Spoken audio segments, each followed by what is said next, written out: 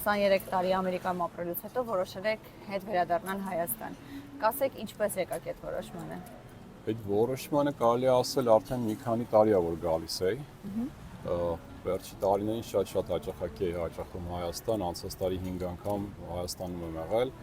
Ու տենց այդ միտքը երբում էր, ստեղ մի քիչ արդեն անհետաքրքրացել էր ինձ համար ու Հայաստան էլ գնալով իմ աչքին շատ ավելի լավն էր դառնում ու ամեն անգամ դրական փոփոխություն տնալուց հետո ոնց որ բան է զգում։ Պարտքի զգացմունք է զգում, թե խի ես ինքս էլ չեմ գալի, մի բան էլ ես անեմ, որ օգնեմ այդ դրական այդ շարժին ու տենց էս վերջում եկա վերջնական այդ որոշումը, որ ժամանակն է ու մյուս ամիս արդեն պատրաստվում եմ տեղափոխվել մշտական։ Հոկտեմբերի վերջում դեռ կլինեմ։ Իսկ ի՞նչն է 23 տարի պահել ձեզ այստեղ Ամերիկայում։ Ամերիկան ես շատ եմ իրականում սիրել, շատ երախտապարտ եմ այն բոլոր ամեն ինչի համար, ինչ որ կարողացել եմ ստանալ Ամերիկայում, կրթությունից սկսած, մնացած բոլոր ձեռքբերումներից վերջացած։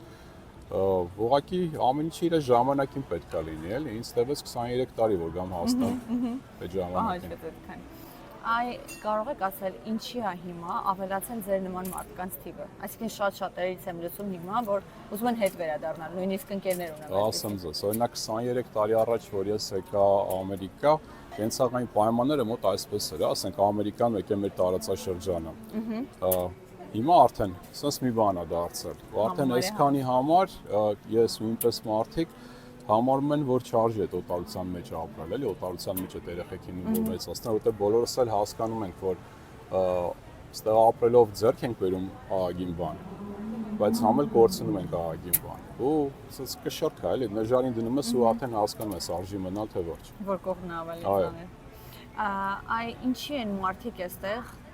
տասնամյակներով թեկուզ ձեր կարծիքով ապրում ստրեսի ու լարվածության մեջ, բայց շարունակում ապրել։ Ստեղ կյանքը իրոք շատ ստրեսային է, շատ մատերիալիստական, էլի, շատ նյութական ամերիկյան կյանքը ու այդ ամերիկյան երազանք ասածն է ինձ թվում, որ բոլորին կլանում, բերում,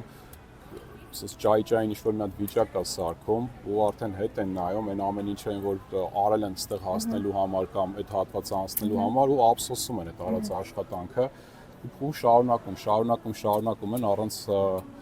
գիտակցելու թե դրա համար ինչ են վճարում, որը որ իրենց այդ շատ թանկ ժամանակն է։ Ինչ խորհուրդ կտաք այն մարդկանց, ովքեր հոգու խորքում ցանկանում են գնալ, բայց վախենում են այդ քայլը անել։